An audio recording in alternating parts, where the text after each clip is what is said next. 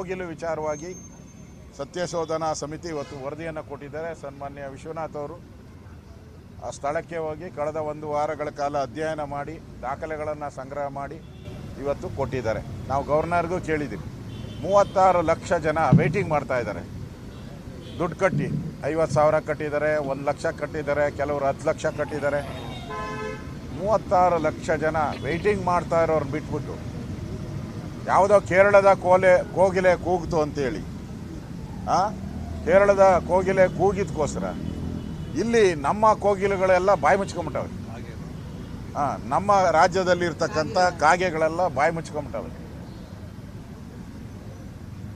ಇವತ್ತು ಕೇರಳದ ಸರ್ಕಾರ ಕರ್ನಾಟಕವನ್ನು ಆಳ್ತಾ ಇದೆಯಾ? ಕೇರಳದಲ್ಲಿರುವ ವೇಣುಗೋಪಾಲ್ ಅವರು ಅಲ್ಲಿನ ಮುಖ್ಯಮಂತ್ರಿ, INDA ಪಾರ್ಟ್ನರ್ ಮುಖ್ಯಮಂತ್ರಿ, ಇಂಡಿ ಒಕ್ಕೂಟ ಮುಖ್ಯಮಂತ್ರಿ, ಅವ್ರು ಹೇಳ್ದಂಗೆ ಕೇಳ್ತಾ ಇದೆಯಾ? ನಮಗೆ ಆಶ್ಚರ್ಯ ಆಗೋದು, ಈಗಾಗಲೇ ಆನೆ ತುಳಿದಿದ್ದಕ್ಕೂ ಕರ್ನಾಟಕದ ಆನೆ ಅಂತ ಹೇಳಿ 30 ಲಕ್ಷ ಕೊಟ್ರಿ. ಅಲ್ಲಿ ಮನೆ ಬಿದ್ದೋಯ್ತು ಅಂತೇಳಿ ಅಲ್ಲಿ 10 ಕೋಟಿ ರೂಪಾಯಿ ಹಣವನ್ನು ಬಿಡುಗಡೆ ಮಾಡಿದ್ದೀರಾ. ಈಗ ಕೋಗಿಲು ಅಲ್ಲಿ ಕೇರಳದವರು ಯಾರೋ ಬಾಂಗ್ಲಾದೇಶದವ್ರು ಇದ್ದಾರೆ ಅಂತೇಳಿ, ಅವ್ರ ಪರವಾಗಿ ನಾನು ಧ್ವನಿ ಎತ್ತಿದ್ದೀನಿ ಅಂತ ಮತ್ತೊಮ್ಮೆ ಟ್ವೀಟ್ ಮಾಡಿದ್ದಾರೆ ಮುಖ್ಯಮಂತ್ರಿ. ನಾನು ಮುಸ್ಲಿಮರ ಪರವಾಗಿ ಯಾವುದೇ ರಾಜ್ಯ ಇದ್ದರೂ ಧ್ವನಿ ಎತ್ತೋನೆ ಅಂತ ಹೇಳಿದ್ದಾರೆ, ಅವ್ರು ಸ್ಟೇಟ್ಮೆಂಟ್ ಮಾಡಿದ್ದಾರೆ. ಹಂಗಾರೆ ನಮ್ಮ ರಾಜ್ಯದಲ್ಲಿರುವಂಥ ಕಾಂಗ್ರೆಸ್ ಸರ್ಕಾರ ಅವರ ಕೈಗೊಂಬೆನಾ? ಕೇರಳದ ಕೈಗೊಂಬೆನಾ?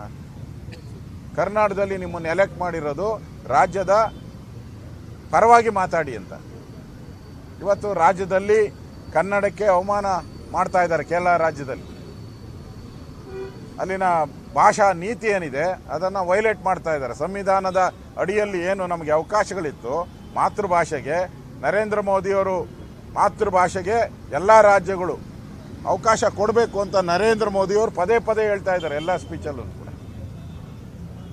ಆದರೆ ಕೇರಳ ಸರ್ಕಾರ ದಮನ ನೀತಿಯಿಂದ ಅಲ್ಲಿರುವಂಥ ಕನ್ನಡಿಗರಿಗೆ, ಅದು ಕಾಸರಗೋಡಲ್ಲಂತೂ ಬಹುಸಂಖ್ಯಾತರು ಕನ್ನಡಿಗರು, ಅವ್ರ ಮೇಲೆ ದೌರ್ಜನ್ಯ ಮಾಡ್ತಾಯಿದ್ರು.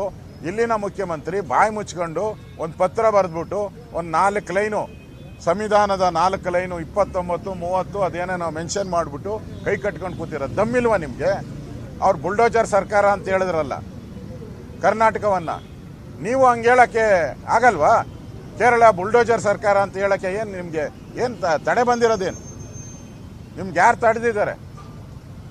ನಿಮ್ಮ ಪಾರ್ಟ್ನರ್ ಅಲ್ಲ ಅವರು. ಹೇಳಿ ಧೈರ್ಯವಾಗಿ, ಹೇಳುವಂಥ ಧೈರ್ಯವನ್ನು ಇವತ್ತು ರಾಜ್ಯ ಸರ್ಕಾರ ಕಳ್ಕೊಂಡಿದೆ. ಅದರಿಂದ ಕೋಗಿಲು ವಿಚಾರವಾಗಿಯೂ ಕೂಡ ನಾವು ಹೋರಾಟವನ್ನು ಈಗಾಗಲೇ 4-5 ಹೋರಾಟಗಳನ್ನು ನಾವು ಮಾಡಿದ್ದೀರಿ.